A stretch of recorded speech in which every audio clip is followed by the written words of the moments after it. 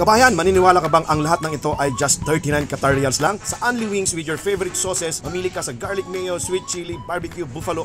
At sa kanilang street food feast, andyan ang isaw, ulo, paa, pakpak at marami pang iba.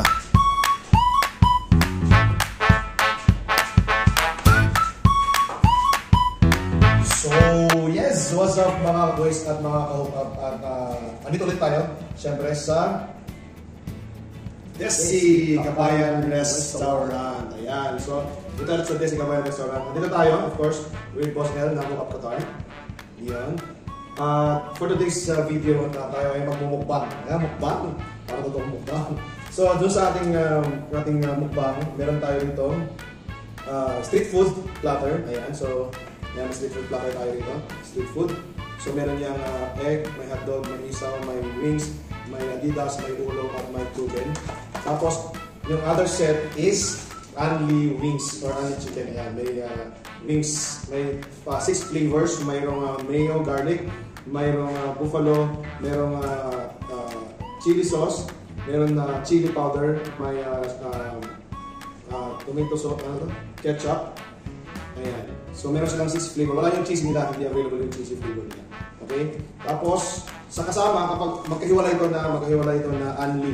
So, only wings at saka only street food. So, meron kayong choice of rice. It's either Java rice, plain rice, or garlic rice. Tapos, pipili kayo sa dessert. It's either coffee jelly or buko pandan. Tapos, meron din soup. It's either arroz caldo or lomi. Tapos, sa drinks, it's either lemon tea, iced lemon tea, or blue lemonade. So, yun. May kasamang complimentary soup.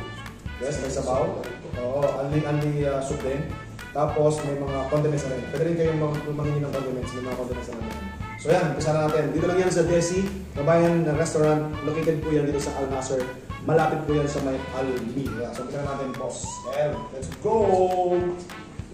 Oh, sa kanila ito, 39 reals po pala. 39 reals pala ang bawat only set is either only wings or only street food. Okay? So dito tayo sa Java rice. Java rice. Java rice. Ayan natin yung boss. Ayan. Tapos meron ding, pwede kayong mag-order ng dessert. So yan, meron silang appetizers, either turon, may langka. Tapos meron ding, ayan, vegetable, lumpiang vegetable. Wala tong toge ha, vegetable lumpia. Okay, wala nga lang siyang toge. Okay. Dami nito. Wala kasi yung ibang in-invite boss dito. Wala yung invite niya. Patanggal lang si Kunya boss. Actually, nag-beses tayo kumain dito. Okay nga, pakinggan na natin ito. Pero kasi, in-explain lang natin ng ayos kung ano yung mga kasama doon sa saan tawag ito? Sa kanilang only, ina-offer nila na only. Actually, bumalik na lang ulit itong street foods kasi wala silang makuhang supplier na ubusan ng supplier or yung supplier nila ng street foods is hindi available. So, nakapaghanap sila ng another supplier ng street foods. So, ito, subukan din yung kanilang isaw. Bibigyan kayo sa isaw. Actually, yung unlimited nila, parang unique din eh. Dahil, saan masabi ba? Sunya? Kasi mahal Pilipino rin. Mahilig sa liig. Sa balat. Kasi liig mabalat. Oo. Tapos siya, may kasama sa liig. Ano yan? Picture? Ano ka dyan? Liig siya. On the egg. May parts na ng liig. Actually, sa iba na kinain natin. Puro wings lang. Pero yung okay naman yun. Correct. Pero parang may option. Ito kasi meron kakaiba rin siya. Kakaiba. Saka yung wings nila malalaki. Malalaki Oo, sila. malaki. Yan, yung wings nila. Makita nyo yung cut ng wings. Malaki yung cut ng wings nila. Yan yung cut ng wings nila. So ito yung garlic mayo nila na flavor. Yan, isa sa only wings nila. Okay? So, tapos, ano na kasi ito, nag-video kasi kami kaya medyo malamig na siya. So mas magandang kainin talaga ito habang mainit pa yung kakaserve ko lang, kakaserve ko lang.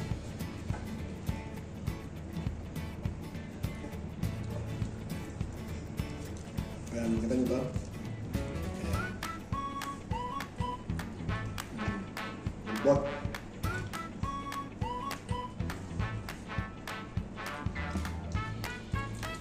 Lambot ko rin.